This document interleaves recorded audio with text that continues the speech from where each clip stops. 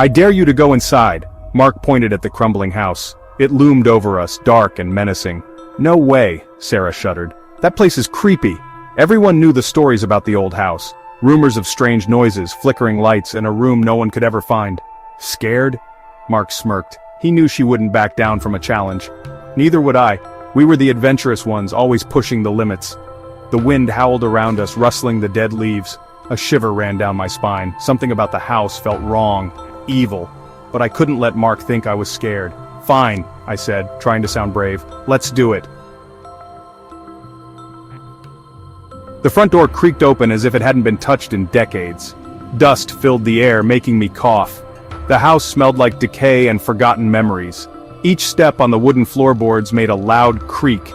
It echoed through the empty hallways. Shadows danced on the walls, cast by our flickering torches. The air felt heavy, suffocating. "Do you guys hear that?" Sarah whispered, her voice trembling. A low humming seemed to vibrate from the walls themselves. It was like the house was alive. "It's probably just the wind," Mark said, but his voice lacked confidence. We all felt it. This house held secrets. Dark secrets. We reached the end of the hallway. The air was thick with tension, and every step echoed ominously against the cold stone walls.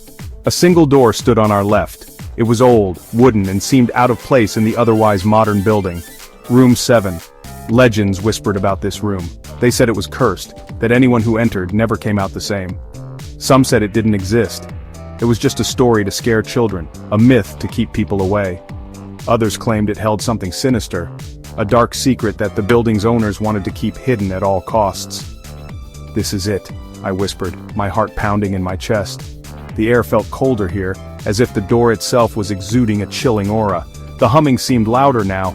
It was a low, almost imperceptible sound that made the hairs on the back of my neck stand up. It felt like it was coming from behind this door. A strange, otherworldly light seeped through the cracks. A shiver ran down my spine. I could feel the fear gripping me, making it hard to breathe. Mark reached for the doorknob. It was ice cold. He turned it slowly, the metal creaking under his grip. "Locked. Huh," he muttered. "That's strange." Suddenly the humming intensified. It was almost deafening now. The floor vibrated beneath our feet. We stumbled back, struggling to keep our balance as the entire hallway seemed to shake. The house felt alive, angry. It was as if it was warning us to stay away, to leave before it was too late. And then we heard it. A sound so chilling it froze us in our tracks. A blood-curdling scream coming from behind the locked door.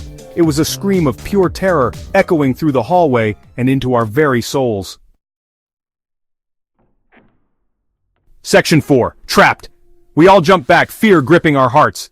The air was thick with tension, and every creak of the old house seemed to echo our dread. We could feel the weight of the unknown pressing down on us, making it hard to breathe. The scream echoed through the empty house. It was a chilling sound that seemed to come from everywhere and nowhere at once. The walls themselves seemed to vibrate with the intensity of the cry. It seemed to pierce our very souls. Each of us felt a shiver run down our spines as if the scream had reached into the deepest parts of our being and pulled out our darkest fears. Sarah's eyes widened in terror. She looked at us, her face pale and her lips trembling. "Did you hear that?" she whispered, though we all knew the answer. "We need to get out of here." The urgency in our voices was palpable. We scrambled to find an exit, our movements frantic and uncoordinated. Every shadow seemed to mock our desperation. We turned to run, but the hallway seemed to stretch before us. It was as if the house itself was playing tricks on our minds, elongating the path to freedom. The walls seemed to close in, suffocating us. The space felt tighter with each passing second, and the air grew colder, making it hard to think clearly. Panic surged through my veins, my heart pounded in my chest, and my breaths came in short, ragged gasps. I could see the same fear mirrored in the eyes of my friends. The door at the end of the hallway, the one we had entered through, was gone. We were trapped. The realization hit us like a ton of bricks, and a sense of hopelessness began to set in. Mark rattled the doorknob, but it wouldn't budge. He pounded on the door, his fists making dull thuds against the wood. "Open up!" he shouted, but there was no response. "It's no use," he said, his voice strained. "We're locked in."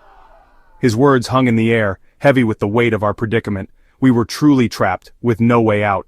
The humming intensified, and the scream came again, louder this time. It was as if the house was alive, feeding off our fear and growing stronger with each passing moment. It was filled with such anguish, such despair. The sound was almost unbearable, a relentless assault on our senses that left us feeling drained and defeated. It was the sound of pure terror. A sound that would haunt us for the rest of our lives, a reminder of the night we were trapped in that cursed house.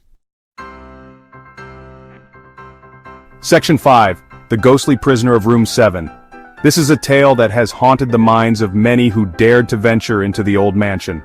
The legend of Room 7 is whispered among locals, a story of a spirit bound by chains, trapped for eternity. We huddled together, our fear a palpable thing. The air was thick with tension, every creak of the old house sending shivers down our spines. We could feel the weight of countless eyes watching us, though we saw no one. The humming was almost deafening now. It seemed to come from the very walls, vibrating through the floor and into our bones. It was as if the house itself was alive, breathing and watching our every move.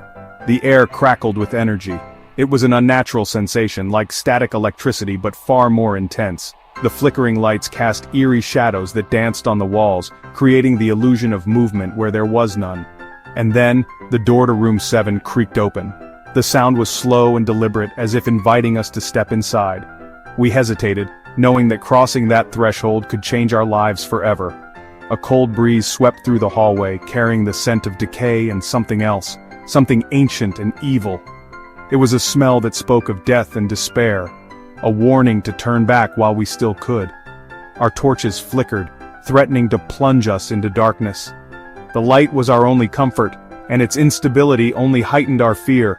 We knew that if the torches went out, we would be at the mercy of whatever lurked in the shadows. Standing in the doorway was a figure. It was shrouded in darkness, its form barely discernible. We could feel its eyes on us, cold and unfeeling, as if judging our very souls. A translucent form, barely visible in the dim light. It seemed to waver, as if caught between this world and the next. Its presence was both terrifying and sorrowful, a being trapped in a state of eternal unrest. Its eyes glowed with an eerie green light. They pierced through the darkness, locking onto us with an intensity that made it impossible to look away. Those eyes held a story, a history of pain and suffering that we could only begin to imagine. The scream, we realized, was coming from it. It was a sound of pure agony, a cry that echoed through the halls and into our very hearts. It was a plea for release, a desperate call for help that we were powerless to answer. From the ghostly figure trapped within Room 7, this was no ordinary haunting, it was a prison, a place where a soul was bound by forces beyond our understanding. The room itself seemed to pulse with a dark energy, a testament to the suffering contained within. It raised its hand, and we saw chains binding it to the wall. The chains were not of metal but of some ethereal substance glowing faintly in the dim light. They were a symbol of its captivity, a reminder of the power that held it there. This was no ordinary ghost, it was a prisoner, held captive by some unseen force. Its presence was both tragic and terrifying, a being caught in a web of supernatural torment. This was a prisoner, held captive by some unseen force. We could feel the weight of its suffering, a burden that had been carried for centuries. It was a reminder of the darkness that can exist in the world, a darkness that we had unwittingly stumbled upon.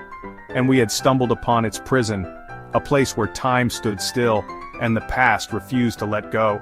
We knew then that we had to leave, to escape the grip of Room 7 before it claimed us as its next prisoners. Section 6. Facing our fears. Fear threatened to consume us entirely, but something inside me, perhaps curiosity, perhaps a desire to help, urged me forward. "Who are you?" I asked, my voice barely a whisper. The figure turned its sorrowful eyes to me. As it opened its mouth to speak, a voice echoed through our minds. It told a tale of betrayal, of a spirit wrongly accused, imprisoned within these walls, forced to endure an eternity of suffering. The voice pleaded desperately for our help. It needed to be free. Section 7. Curiosity's double-edged sword. We found ourselves at a crossroads. Do we run, save ourselves, and leave this tortured soul to its fate? Or do we face our fears, confront the unknown, and help this spirit find peace? Curiosity, that double-edged sword, had led us to this terrifying situation, but it also ignited a spark of courage within us. We had a choice to make: succumb to fear or embrace the unknown. The decision was ours. The fate of the ghostly prisoner and perhaps our own hung in the balance.